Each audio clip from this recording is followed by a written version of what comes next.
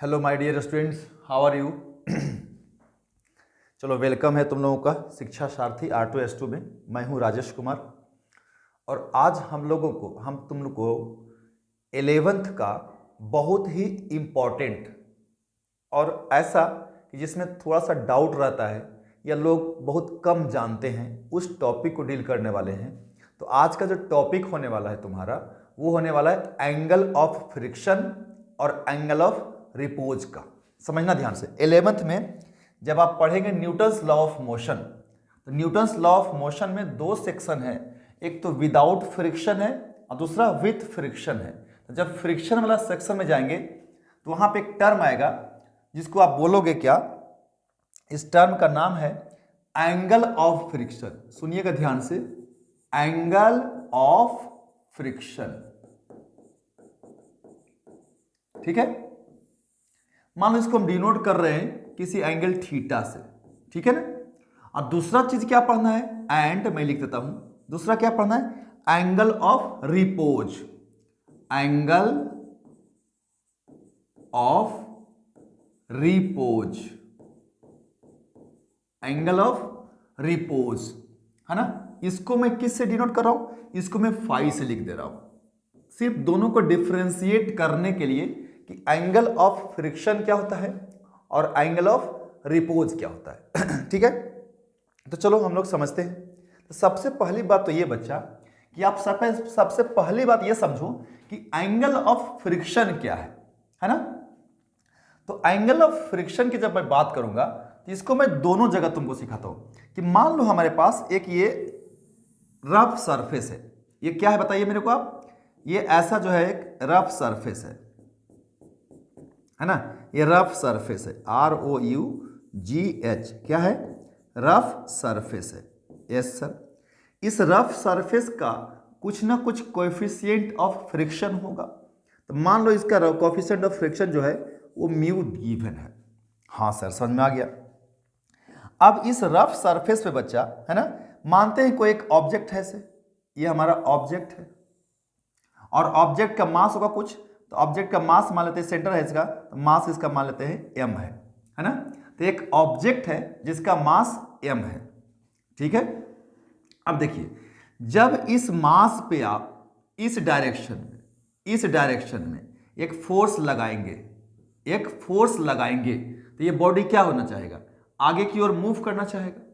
और जब ये बॉडी आगे की ओर मूव करना चाहेगा तो इसका जो कांटेक्ट है इस सरफेस पे कांटेक्ट है ना। और ये हमारा कैसा सरफेस है, रफ सरफेस है।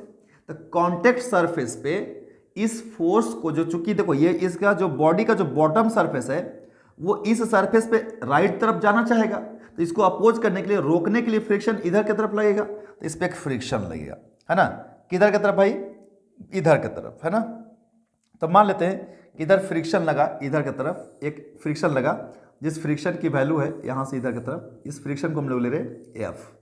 सुनिए ध्यान से, इस फ्रिक्शन को क्या ले रहे हैं, F ले रहे हैं।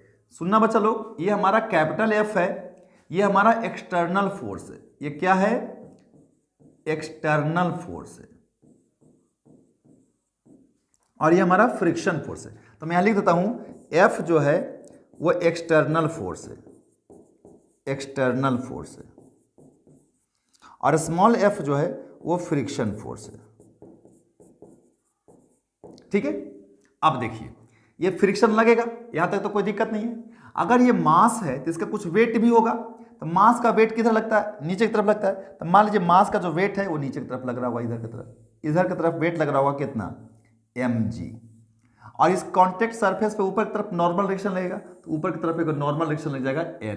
तो n क्या हो गया मेरा, नॉर्मल रिएक्शन हो गया, और f क्या हो गया मेरा, फ्रिक्शन फोर्स हो गया। तो मैं यहां पे लिखते जाता हूं, है ना। n क्या है, n हमारा नॉर्मल रिएक्शन है, नॉर्मल रिएक्शन है, ठीक है, नॉर्मल रिएक्शन है। अब देखो यहां पे n जो है किसके बराबर होगा, mg के बराबर होगा। n जो है वो किसके बराबर होगा, mg के बराबर होगा। क्यों, क्योंकि इस बॉडी का जो अगर मोशन होता है तो राइट साइड में होगा, ऊपर तो होगा नहीं, नीचे भी होगा नहीं। तो ऊपर का फोर्स और नीचे का फोर्स आपस में क्या रहेगा, बराबर रहेगा। बिल्कुल समझ में आ रहा होगा। अब ये जो फोर्स लगा रहे हैं ये इसके वैल्यू पे डिपेंड करेगा कि ये बॉडी आगे जाएगा कि आगे नहीं जाएगा।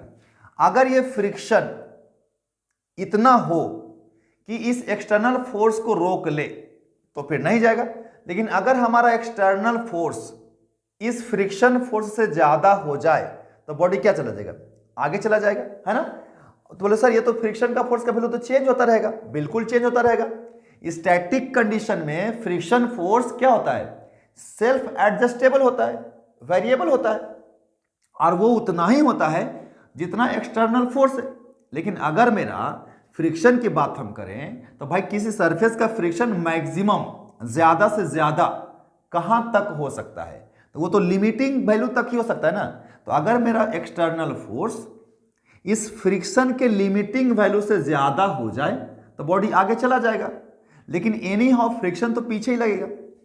हाँ सर, तो अगर हम इस n को और इस f को ध्यान रखें तो n और f यानी नॉर्मल रिएक्शन और फ्रिक्शन फोर्स कितना एंगल बनाएगा, 90 डिग्री एंगल बना रहा है। तो इन दोनों का रिजल्टेंट होगा नहीं होगा। तो अगर मैं तुमको बोल दूं कि लेट कर लो r वो क्या है, इज रिजल्टेंट है किसका किसका भाई, n का एंड फ्रिक्शन का। तो दोनों वेक्टर कितना डिग्री पे है, 90 डिग्री पे है। तो अगर दो वेक्टर 90 डिग्री पे हो तो उसका रिजल्टेंट क्या होता है, तो अंडर रूट फ्रिक्शन का स्क्वायर प्लस नॉर्मल रिएक्शन का स्क्वायर। बोलो कैसे सर, देखिए ये हमारा क्या है, ये हमारा फ्रिक्शन है और ये हमारा क्या है, नॉर्मल रिएक्शन है। तो इसका रिजल्टेंट क्या होगा, कहीं इधर होगा रिजल्टेंट, तो इसका रिजल्टेंट इधर होगा, है ना। तो ये मान लीजिए रिजल्टेंट ऐसा बना दिया, ये हमारा रिजल्टेंट है। और इसको अगर मिला देते हैं ऐसे ऐसे, इसको भी अगर हम मिला दें, ये है ना, ये, तो ये हमारा रिजल्टेंट हो गया। रिजल्टेंट कितना हो गया, आर मेरा क्या है, रिजल्टेंट है। अब देखो ये जो रिजल्टेंट है तो यहां से यहां तक तो एफ है। तो अगर यहां भी इधर लाइन बनाए हम, तो अगर ये हमारा एफ है, यहां से यहां तक को रिप्रेजेंट किसको कर रहा है, फ्रिक्शन को, तो ये भी तो फ्रिक्शन ही होगा ना। तो देखो ऊपर भी फ्रिक्शन होगा, तो ये भी हमारा क्या होगा, फ्रिक्शन होगा। और ये क्या है, मेरा नॉर्मल रिएक्शन है। तो ये जो रिजल्टेंट है, ये जो आर जो रिजल्टेंट है, ये कुछ एंगल बनाएगा किससे, नॉर्मल रिएक्शन से। तो मान ले नॉर्मल रिएक्शन से कुछ एंगल बनाया, है ना। और कितना एंगल बनाया नॉर्मल रिएक्शन से, मान लेते एंगल बनाया थीटा।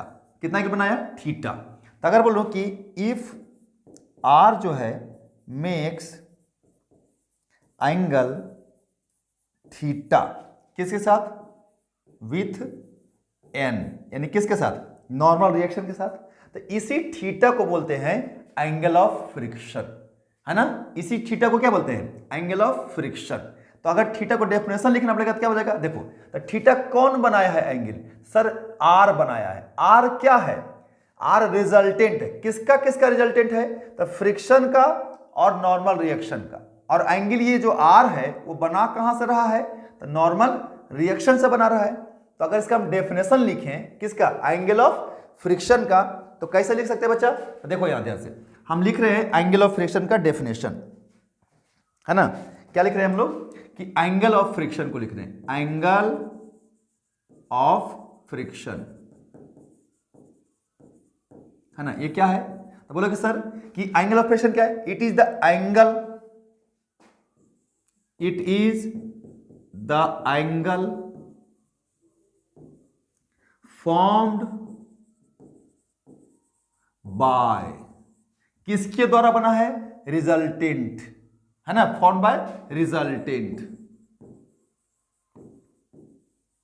आर।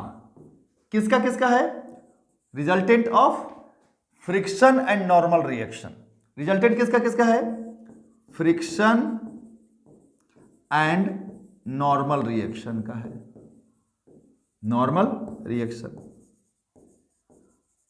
लेकिन कहां से बना रहा है, तो नॉर्मल रिएक्शन से बना रहा है, तो विथ नॉर्मल रिएक्शन होगा कि नहीं होगा, तो यहां पर जाएगा विथ नॉर्मल रिएक्शन।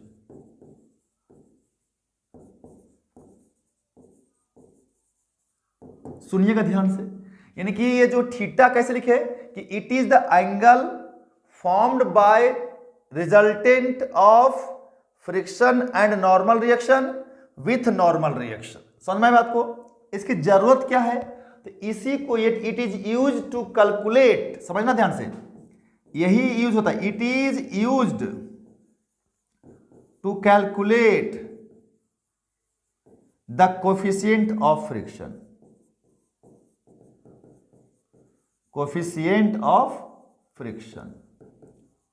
बोलो कैसे सर, कैसे सर? देखिए हम लोग क्या जानते हैं, वी नो जो कोफिशिएंट ऑफ फ्रिक्शन म्यू है, जो कोफिशिएंट ऑफ फ्रिक्शन म्यू है वो क्या होता है, तो वो फॉर्मूला तुम लोग पढ़ा होगा, फ्रिक्शन फोर्स बटा नॉर्मल रिएक्शन होता है।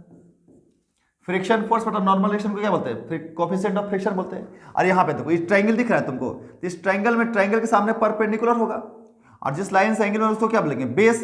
ये हो गया परपेंडिकुलर, ये क्या हो गया, ये हो गया बेस।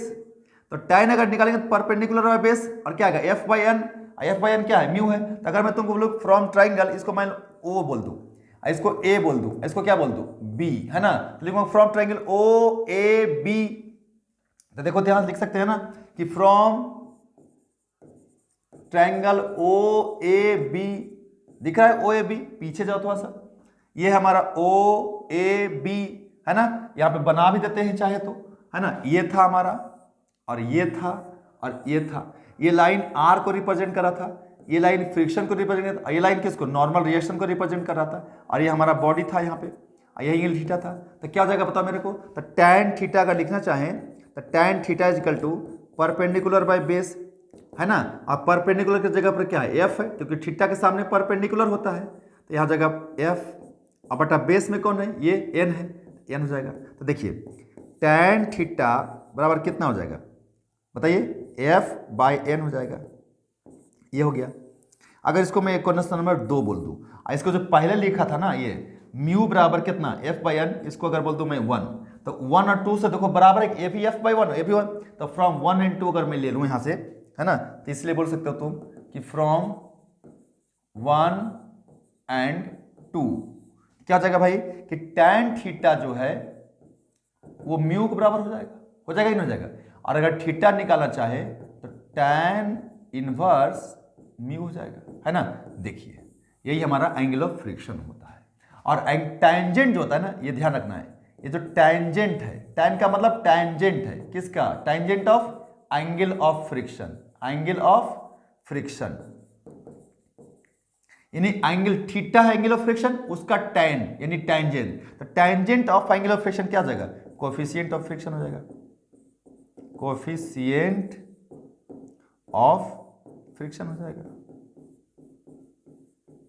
कोफिशिएंट ऑफ फ्रिक्शन हो जाएगा, है ना। ये बात को ध्यान रखना है। ये कौन सा प्लेन पे हम दिखाए तुमको बताओ, ये किस प्लेन पे दिखाए, तो हॉरिजॉन्टल प्लेन पे दिखाए। यही सेम फंडा तुम इंक्लाइंड प्लेन पे भी लगा सकते हो, है ना। तुम ये सेम फंडा, है ना, सिमिलरली अगर बात करूं, सिमिलरली अगर बात कर दूं on inclined plane, on inclined plane, तो यहां भी लगा सकता है तू, कोई दिक्कत नहीं है ना। कैसे, तो देख बताया था ना, ये हॉरिजॉन्टल सरफेस है, और इस पे हमारा ये क्या है, ये हमारा इंक्लाइंड प्लेन है। कितना एंगल बना रहा है ये, अब ये मान ले कुछ एंगल बना रहा होगा, कितना एंगल बना रहा होगा, अल्फा। ये हमारा कौन सा प्लेन है बताइए, ये सर यही हमारा इंक्लाइंड प्लेन है। ये हमारा कौन सा प्लेन है, इंक्लाइंड प्लेन है नहीं, ये हमारा इंक्लाइंड प्लेन है। हाँ सर, और उसी इंक्लाइंड प्लेन पे कोई ऑब्जेक्ट को रख दिया मैंने, है ना, ये ऑब्जेक्ट को हमने इसे रख दिया है, इसका मास कितना है m, तो ये नीचे की तरफ क्या काम करेगा, तो नीचे इसका वेट mg लगेगा, और इस कॉन्टेक्ट सरफेस पे इधर इधर की तरफ क्या लगेगा, इधर की तरफ क्या लगेगा, ये इधर नॉर्मल रिएक्शन लगेगा। और अगर इसको मैं इधर बढ़ा दें, तो बताए थे ना कि सारे इसको mg को हम प्लेन के परपेंडिकुलर और पैरेलल में क्या करते हैं, रिजोल्व करते हैं। आप जाकर के देखिएगा, मेरा वीडियो डाला हुआ है, क्या चीज, मोशन ऑन इंक्लाइंड प्लेन, वहां पे। तो ये एंगल अल्फा है, तो ये भी एंगल कितना होगा, अल्फा होगा। अगर इसका इधर कंपोनेंट लिखोगे तो इधर की तरफ जो कंपोनेंट आएगा वो mg cos अल्फा आएगा, और इधर जो कंपोनेंट आएगा वो क्या आएगा, mg sin अल्फा आएगा। आएगा कि नहीं आएगा। अब देखिए इस ब्लॉक को इधर कौन खींच रहा है, mg sin अल्फा, तो ये तो हमारा रफ है, ये कैसा है, ये रफ है। इसका कोफिशिएंट ऑफ फ्रिक्शन कितना ले ले, म्यू ले लेते हैं। तो बताइए अगर ये बॉडी इस सरफेस पे यानी इंक्लाइंड सरफेस पे अगर इधर स्लाइड करना चाहेगा, तो ये सरफेस पे उधर की तरफ फ्रिक्शन लगेगा ही नहीं लगेगा, तो बिल्कुल लगेगा सर। तो देखो mg sin अल्फा चाह रहा है कि ब्लॉक को नीचे खिसकाएं, और ये जो सरफेस है उस पर इधर की तरफ क्या लग जाएगा, इधर की तरफ लग जाएगा फ्रिक्शन फोर्स F। तो देख फिर से फ्रिक्शन F और ये नॉर्मल N, यानी कितना एंगल बना दिया 90 डिग्री। तो फिर से इसका रिजल्टेंट होगा कि नहीं होगा, तो R क्या होगा, रिजल्टेंट होगा। किसका किसका रिजल्टेंट है, फ्रिक्शन का एंड नॉर्मल रिएक्शन का। तो भाई इसका रिजल्टेंट तो इधर आएगा ना कहीं, तो देखो उधर जाएगा रिजल्टेंट, उधर बना दे कोई भी लाइन एक, है ना, उधर कोई लाइन एक बना दो, है ना। तो इसका रिजल्टेंट मान लो इधर कहीं गया होगा, इधर की तरफ गया होगा, यही हमारा R है। और ये अगर इसको ऐसे बढ़ा दे आगे हम ऐसे, तो ये ऊपर चला जाएगा, यही हमारा है ना, यही। और ये एंगल कुछ बनाएगा, कितना बनाएगा एंगल, ये थीटा बनाएगा। और फिर से देखो अगर ये हमारा F है, ये हमारा F है, तो ये भी तो F होगा ना। तो फिर से देखो tan थीटा लिखेंगे तो परपेंडिकुलर बाय बेस, तो अगेन tan थीटा बराबर कितना, परपेंडिकुलर बाय बेस, और कितना हो जाएगा F बाई एन, है ना। ऑल्सो म्यू बराबर कितना होता है, F बाई एन ही होता है ना। तो इसीलिए tan थीटा बराबर कितना हो जाएगा बताइए, म्यू हो जाएगा, यानी A है। तो आप सेम फंडा है ना। तो मतलब एंगल ऑफ फ्रिक्शन क्या है, तो एंगल ऑफ फ्रिक्शन को सिर्फ मतलब है नॉर्मल रिएक्शन और फ्रिक्शन के रिजल्टेंट से। तो भाई अगर ये फ्रिक्शन फोर्स अगर ब्लॉक नीचे आना चाह रहा था और फ्रिक्शन अगर ऊपर लग रहा है, तो फ्रिक्शन का और नॉर्मल रिएक्शन का जो रिजल्टेंट होगा वो तो यही R होगा। और ये रिजल्टेंट नॉर्मल रिएक्शन से जितना एंगल बनाएगा उसी को तो एंगल ऑफ फ्रिक्शन बोलेंगे ना। तो भाई यहां पे नॉर्मल रिएक्शन से रिजल्टेंट यानी कि इन दोनों का रिजल्टेंट R जो है वो थीटा एंगल बना रहा है, समझ में बात को। तो इस अल्फा पे ध्यान मत देना, एंगल ऑफ फ्रिक्शन क्या है वो ध्यान रहना। तो एंगल ऑफ फ्रिक्शन क्या है भाई, कि angle formed by resultant of friction and normal reaction with normal reaction. तो नॉर्मल रिएक्शन से जो एंगल बना रहा है कौन, फ्रिक्शन और नॉर्मल रिएक्शन, उसी को एंगल को बोलते हैं एंगल ऑफ फ्रिक्शन। समझ में आया। तो वो हमें आशा करते हैं कि आपको एंगल ऑफ फ्रिक्शन पता चल गया होगा कि क्या है। एंगल ऑफ फ्रिक्शन कुछ नहीं है, ये सिर्फ एक एंगल है जो फॉर्म होता है किसका, तो रिजल्टेंट का। किसका रिजल्टेंट, फ्रिक्शन और नॉर्मल रिएक्शन का। जो एंगल कहां से लिया जाता है, नॉर्मल रिएक्शन से लिया जाता है, ठीक है ना। तो ये हमारा कहानी था कि भाई ये रिजल्टेंट है और ये रिजल्टेंट किसका है, फ्रिक्शन का और नॉर्मल रिएक्शन का। और ये एंगल कहां से बना रहा है, रिजल्टेंट यानी कि एंगल कहां से बना रहा है, नॉर्मल रिएक्शन से। जितना एंगल बना रहा है उसी एंगल को बोलते हैं एंगल ऑफ फ्रिक्शन। समझ में आई बात को, हाँ सर समझ में आ गया। तो ये हमारा था एंगल ऑफ फ्रिक्शन के बारे में। ये हॉरिजॉन्टल सरफेस पे था और इधर क्या चीज पे था बताइए, ये इंक्लाइंड सरफेस पे था, ठीक है। और अब हम लोग दोनों में सेम डेफिनेशन है, सेम लॉजिक है ना। इससे कंफ्यूज नहीं होना है, हम अभी मोशन नहीं पढ़ रहे हैं, हम सिर्फ एंगल ऑफ फ्रिक्शन को डिफाइन करना चाह रहे हैं, समझ आया। तो इस एंगल से उसको मत आप कंपेयर करना।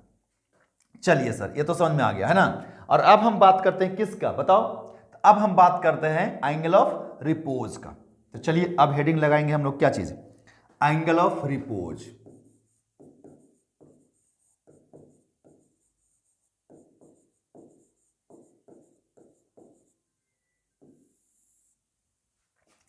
इसका सिंबल क्या है, इसका सिंबल है फाई। ये क्या है भाई, इसको थोड़ा सा समझना। ये फिजिकली आप देख भी सकते हो, जैसे कि मान लो एंगल ऑफ फ्रिक्शन को तो देख नहीं सकते हो ना, लेकिन आप इसको देख सकते हो, समझ में आती, इसमें आप एक्सपीरियंस कर सकते हो। कैसे, उसको समझो, देखना। मान लो ये हमारा एक हॉरिजॉन्टल सरफेस है और इस हॉरिजॉन्टल से एक एंगल पे, ये देखो किसी एंगल पे हमारा कुछ एंगल है, ये है ना, इस पे एक ब्लॉक रख दिए हैं, ये ब्लॉक इसे रख दिए हैं जिसका मास कितना है, m है। और इस एंगल को आप चेंज करो, सुनना ध्यान से, सुनिएगा ध्यान से, है ना। अगर मैं तुमको बोलूं कि देखो, अगर मैं इसको देखो, ये बुक है ना, तो बुक का जो सरफेस है, समझना ध्यान से, ये जो बुक का जो सरफेस है ये हॉरिजॉन्टल है कि नहीं, हॉरिजॉन्टल। अब देखिए इस हॉरिजॉन्टल सरफेस को अगर मैं ऐसे टिल्ट करूं, ऐसे टिल्ट करूं, ऐसे टिल्ट करूं, तो देखो इसको मैं क्या कर रहा हूं, देखो ऐसे रख दिया इसको ऐसे टिल्ट कर रहा हूं, देखो ऐसे टिल्ट कर रहा हूं, गिर रहा है, ये नहीं गिर रहा ना, देखो गिर रहा है, नहीं गिर रहा है, और टिल्ट करते हैं, गिरा नहीं गिरा, और टिल्ट किया नहीं गिरा, है ना। लेकिन अब सोचो कि जब ऐसा ही हम इसको टिल्ट करते जाएंगे, इसे बढ़ाते जाएंगे ना, तो एक समय ऐसा आएगा कि जब ये जो है ऐसे बढ़ते बढ़ते क्या हो जाएगा, देखो गिर गया, समझ में आपको, गिर गया है ना। देखो ध्यान से, हॉरिजॉन्टल रखे थे, हाँ सर हॉरिजॉन्टल रखे हैं। अब इसको हम एंगल बनाए जा रहे हैं, एंगल बनाए जा रहे हैं, एंगल बनाए जा रहे हैं, बढ़ाए जा रहे हैं, बढ़ाए जा रहे हैं, देखो गिरना शुरू हो गया ना। तो हमको क्या करना है कि जिस एंगल पे, यानी जिस वक्त हमको ऐसा लगे कि एंगल अब थोड़ा सा बढ़ा देंगे तो ये गिर जाएगा, इसको गिराना नहीं है, लेकिन गिरने की स्थिति में ला देना है, यानी कि just equilibrium condition, limiting condition में ला देना है। मतलब कि अगर इसको हम ऐसे, देखो अब ऐसे कर रहे थे और अब हमको लग रहा है कि अगर हम अपना हाथ को थोड़ा सा और एंगल, देखो ये एंगल टिल्ट किया ना, अगर थोड़ा सा और एंगल से इंक्रीज इसको टिल्ट कर दिए ना और थोड़ा सा तो ये गिर जाएगा। देखो तो गिराना नहीं है, गिरने की स्थिति में, देखो ये गिरने की स्थिति में है। तो जिस वक्त ऐसा लगे कि एंगल बढ़ाने से गिर जाएगा, उसी एंगल को बोलते हैं एंगल ऑफ रिपोज। उसी एंगल को क्या बोलते हैं, एंगल ऑफ रिपोज। तो मतलब कि देखो ये एंगल है, मान लेते हैं एंगल है ये कुछ, इसका वैल्यू लेते हैं φ1, समझ में आया। अब इसको थोड़ा सा और बढ़ाते हैं, इसको और बढ़ाएंगे तो ये लाइन है, इस एंगल को थोड़ा सा और बढ़ाए और बढ़ा दिए, अब ये हो गया हमारा φ, और यहां पे इसको रखे।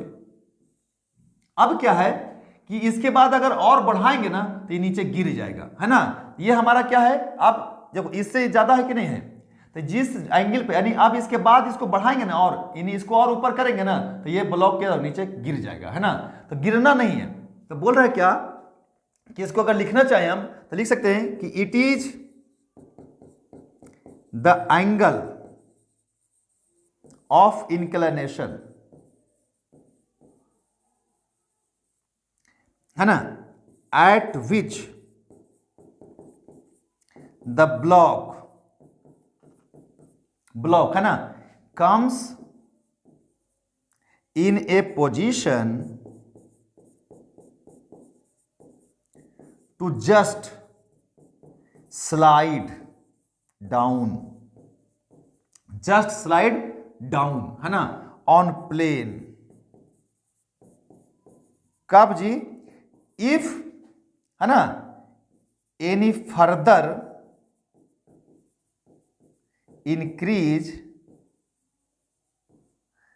in angle of inclination, angle of inclination मतलब एंगल ऑफ रिपोज जो है वो किसी प्लेन का इंक्लाइंड एंगल है, जिस एंगल पे बॉडी नीचे गिरने की स्थिति में आ जाता है। समझ में बात को। तो ये ध्यान रखना है, एक एंगल ऑफ इंक्लिनेशन की बात करता है और एंगल ऑफ फ्रिक्शन में किसकी बात करता है बताइए। तो एंगल ऑफ फ्रिक्शन में एक एंगल की बात करता है जो रिजल्टेंट बना रहा है नॉर्मल रिएक्शन से। तो ये दोनों चर्चा ध्यान रखना है, ये हॉरिजॉन्टल पे भी एंगल बना रहा है और वो सिर्फ इंक्लाइंड प्लेन पे ही है, ठीक है ना, ये ध्यान रखना है तुमको, ठीक है ना। तो देखो अब यहां पे क्या होगा, बॉडी स्लाइड करेगा? तो नहीं, क्यों नहीं करेगा? क्योंकि अगर ये हम बात करें नीचे mg होगा, इसका अगर ऊपर की तरफ नॉर्मल रिएक्शन n लेते हैं और इसका अगर ये एंगल को φ1 लेते हैं तो इधर mg इंटू cos φ1 होगा और इधर की तरफ क्या होगा mg इंटू साइन φ1 होगा, है ना। और चूंकि ये रफ सरफेस है, ये कैसा सरफेस है, ये रफ सरफेस है, तो अगर इस पर स्लाइड करना चाह रहा है तो उसको रोक लेगा कौन, ऊपर का फ्रिक्शन। और चूंकि ये एंगल देखो साइन फाई, ये फाई बढ़ेगा तो इसकी वैल्यू क्या होगी, बढ़ेगी। तो जैसे इसकी वैल्यू बढ़ेगी नीचे की तरफ खींचना ज्यादा कर देगा, लेकिन ये एंगल कम है, इसकी वैल्यू कम है और फ्रिक्शन इतना है कि इससे इसका वैल्यू क्या होगा, इसके लिमिटिंग वैल्यू से इसका वैल्यू कम है, इसलिए ये जो है ना इसको नीचे आने नहीं दे रहा है। लेकिन यहां पे क्या होगा कि यहां पे जब ये हम नीचे mg लिखे और इस इंक्लाइंड सरफेस पे नॉर्मल रिएक्शन इधर डाले r या n, और अगर इसको हम आगे बढ़ाए तो ये फाई था तो ये भी कितना हो जाएगा, ये भी फाई हो जाएगा और इधर जाएगा mg cos फाई और इधर क्या हो जाएगा mg sin फाई।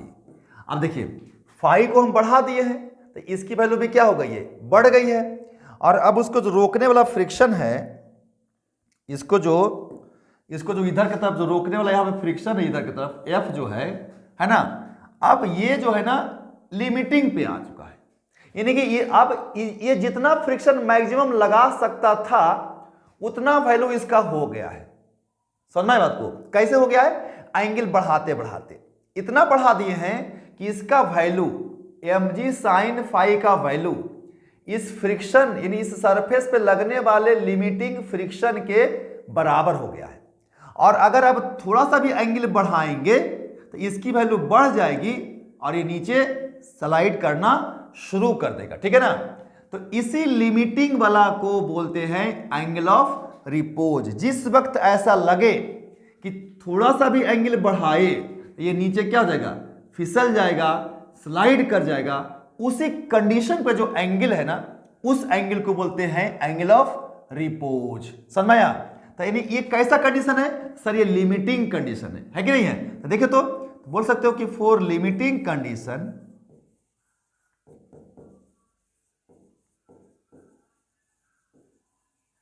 क्या होना चाहिए? तो सर ये जो mg साइन अल्फा है ना, sorry sine theta sine phi जो है ना, ये एग्जैक्टली बराबर है फ्रिक्शन के। एग्जैक्टली किसके बराबर है? फ्रिक्शन के, है ना।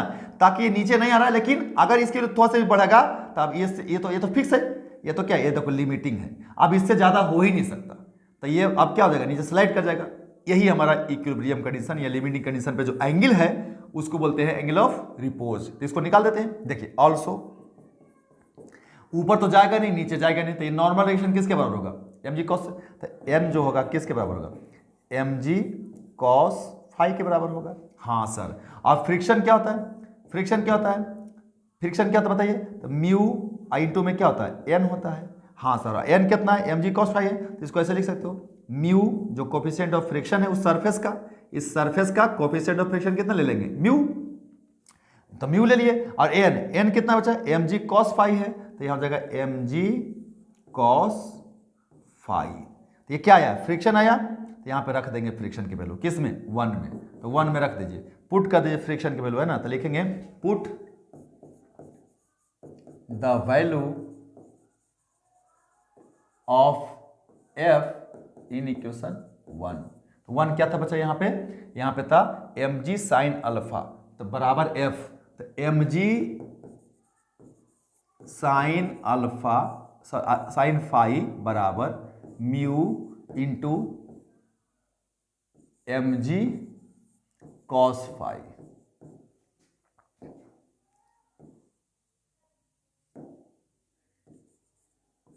Mu into mg cos phi. देख लो ध्यान से, फ्रिक्शन कितना था?